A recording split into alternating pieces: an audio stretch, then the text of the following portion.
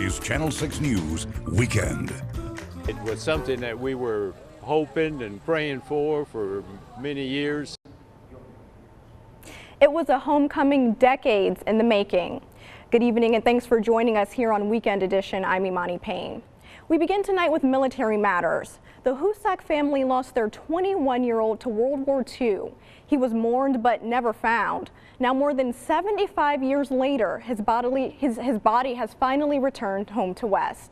Channel 6 News reporter Andrew Moore is here with the details. Andrew. Alrighty, sounds good. Thanks, Andrew. Well, it's time now for a first check of the weather. Here's a live look outside of our downtown Temple studios. It was a hot one today, 95 degrees outside right now, and meteorologist Zach Scott is standing by with all of the details. Hey, Zach. Hey there, Imani. Yeah, it was another hot one out there today. Not as hot as we saw yet. Some unfortunate news out of Hewitt tonight. One person is dead after colliding with a semi-truck. It happened around 8:20 this morning at the Sun Valley Boulevard exit in Hewitt. Police say the victim may have ran a red light while driving southbound off of I-35. That's when the driver crashed into a semi-truck traveling westbound, and that victim's car ended up underneath the semi. The victim was dead by the time officers arrived to the scene. That person's identity is not being released at this time. Now to Mexia, where a man is recovering in the hospital after he says his neighbor shot him when the two were arguing over a barbecue pit. Now here's a look at the suspect, 49-year-old Henry Sims. Police say this all happened yesterday evening near the 300 block of South Herman Street. The victim told officers he was arguing with Sims about that barbecue pit when Sims allegedly whipped out a gun and shot the victim in the stomach. Sims was hauled off to jail. He's facing a charge of aggravated assault with a deadly weapon and unlawful possession of a firearm. Well, we first told you about the mother and daughter hit and killed by a car in Killeen earlier this week.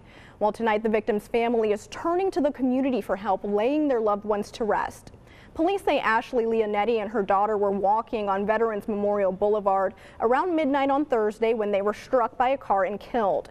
Their family has created a GoFundMe page following the tragedy to afford their funeral arrangements. The page includes a statement from one of Ashley's friends who says, "Ashley did her all to provide and make the best life for her children.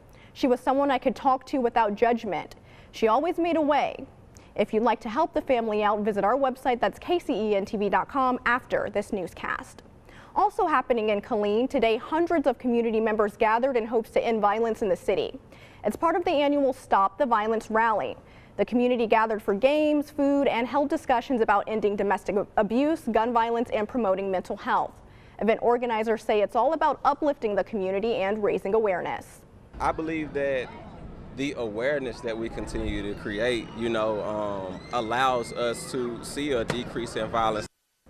This is the third year the rally has been held. Tonight, as the government says it has reunited hundreds of migrant families with their children, others remain in limbo, caught in a black hole despite the president's decision to end its policy of separating families who have illegally entered the U.S.